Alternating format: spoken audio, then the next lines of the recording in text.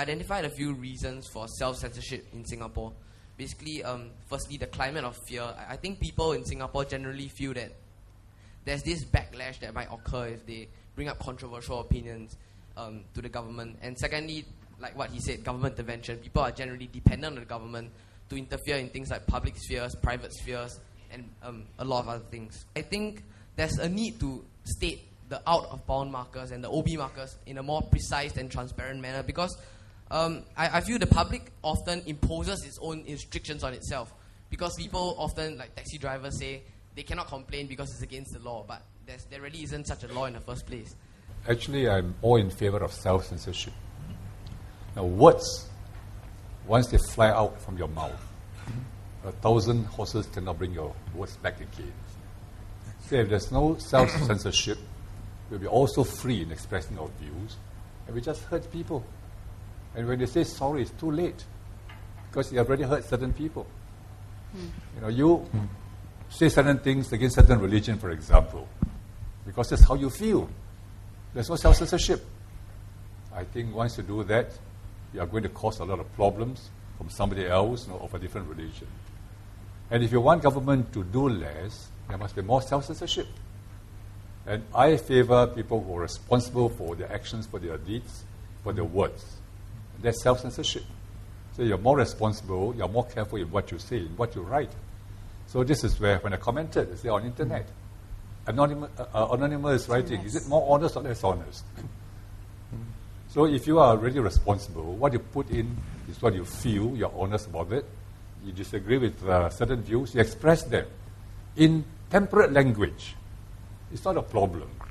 But very often people express things in very vicious language.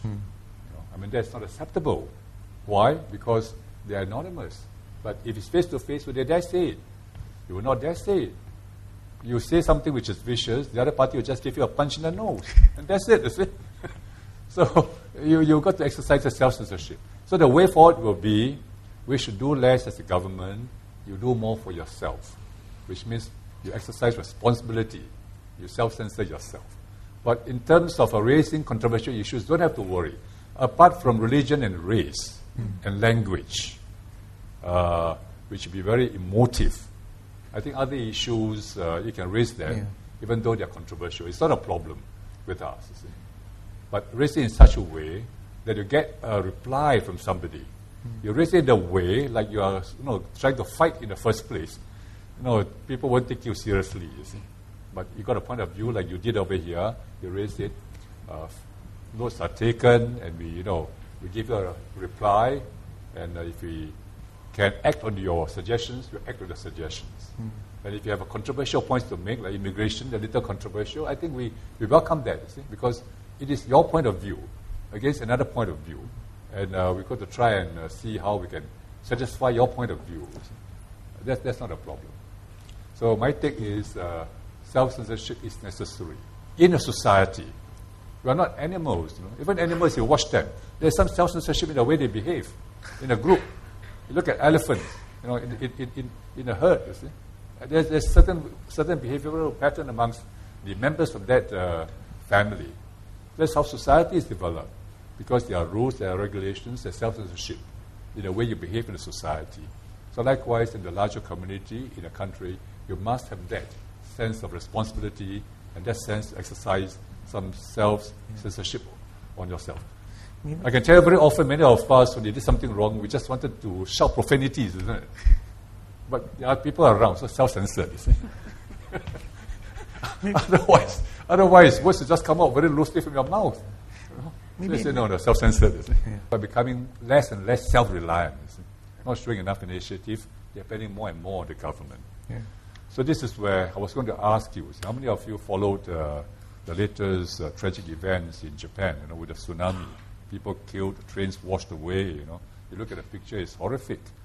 And then put into context of floods in Singapore against the kind of disaster. We have floods. I'm not saying we should not do anything about the flood, but the amount of noise we made with just a sporadic floods, compared to the Japanese. I saw them on TV. The Japanese, such a disaster, but very stoic looking. You didn't see them crying, no panicking, but this has happened. Let's recover, let's get on. You see. So that's the kind of spirit you want to have. I should call it nation building. Or look at events in the Middle East. I've been to those places.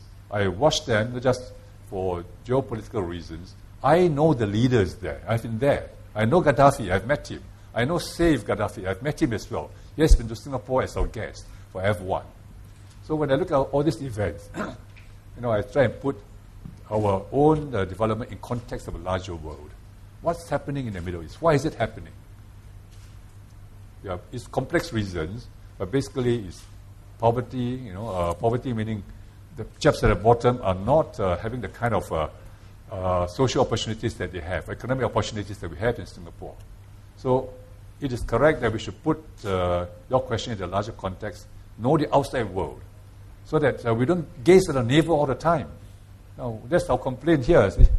Keep on gazing at the navel, and then small issues become big issues.